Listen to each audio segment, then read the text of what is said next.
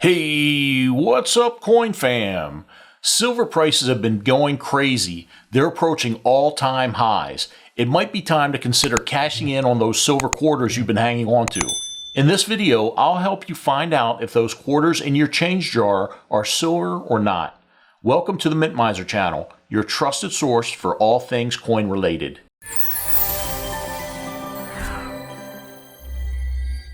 There are a few ways to tell if you have a silver quarter. I'm going to teach you a few of the easiest and cheapest ways to do so. Be sure to watch until the end of the video so you don't miss any of them. Here's a bag of silver quarters. I bought most of these at a yard sale several years back for about spot price. Some of these silver quarters were found while coin roll hunting boxes of circulated quarters from the bank. The first and easiest way to determine if your quarter is silver is to check the date. It's important to know when the U.S. Mint actually minted silver quarters. This isn't 100% reliable, and we'll talk about that a little later in the video. Washington quarters from 1932 to 1964 were made of 90% silver and 10% copper. 90% silver quarters contain 0.18084 ounces of pure silver. From 1965 to present day, our quarters are made out of a nickel-copper alloy.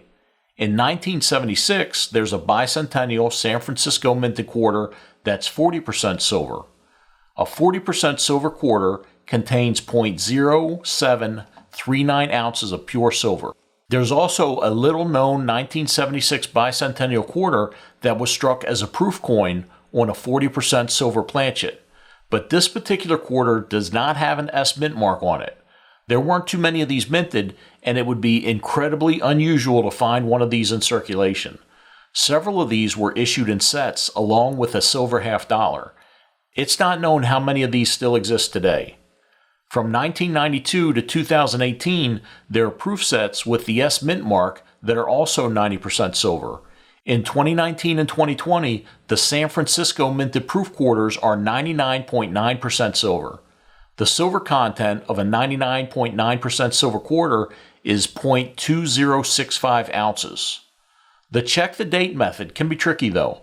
There are some famous quarters that have been sold at auction during transition years that were supposed to be clad quarters that were actually minted on leftover silver planchets. These are called transition errors, and they're very rare and very valuable, so you should keep an eye out for them while you're going through your change and while you're coin roll hunting. Another more obvious way to tell if a quarter is silver is the second point that we're going to talk about, and that's to check the edges. Clad quarters have a copper layer that's noticeably pink or copper colored. When you look at the quarter from the side, a silver quarter doesn't have the copper layer. Therefore, the edges of the coin are a consistent silver color.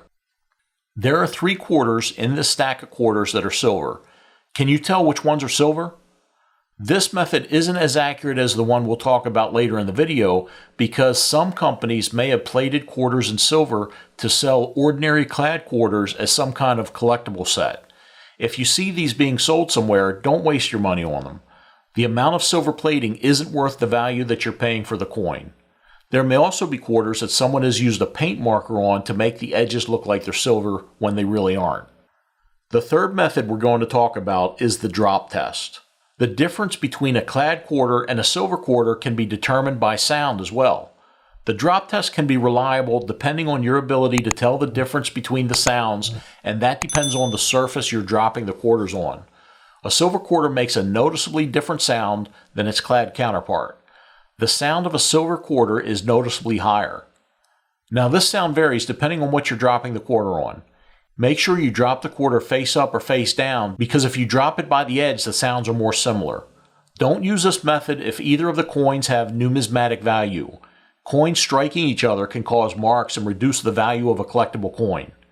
Here's the sound the clad quarter makes when it's dropped on another clad quarter. And here's the sound the silver quarter makes when it's dropped on a clad quarter.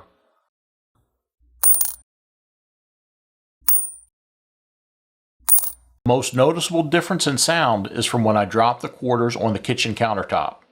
Here's the clad quarter, and here's the silver quarter.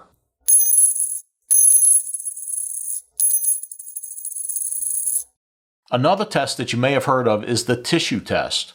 The tissue test is where you take a thin piece of tissue and lay it over the quarters. Silver quarters are easily seen through the tissue, and the clad quarters are harder to see. In some instances, you may not be able to see them at all. This test isn't very reliable because it depends on how shiny the quarters are. In this test, there are two silver quarters. The one on the left is a 1964 uncirculated silver quarter. The one in the middle is a 1964 silver circulated quarter, and the one on the right is a 1978 clad circulated quarter. You can see that the uncirculated silver quarter shows up much better than the silver circulated quarter and the clad circulated quarter. There's virtually no difference between the circulated silver quarter and the circulated clad quarter. This method isn't as reliable as the other three that we discussed. The last method, and the one I recommend you use, is the simple act of weighing your quarter. Get yourself an inexpensive coin scale like the one you see in this video. Check out my link in the video details section below. There's a significant enough variation between the weights of the metals used in the silver and clad quarters. A 90% silver quarter weighs about 6.25 grams, and a copper nickel clad quarter weighs about 5.67 grams. When you're weighing quarters, the weights may be off a little.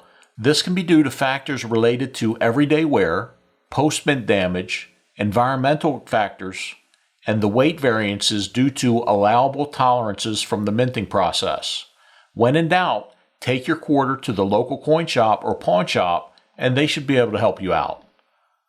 I hope you enjoyed the video. Don't forget to hit that thumbs up button and share this video on your social media. Thanks for watching.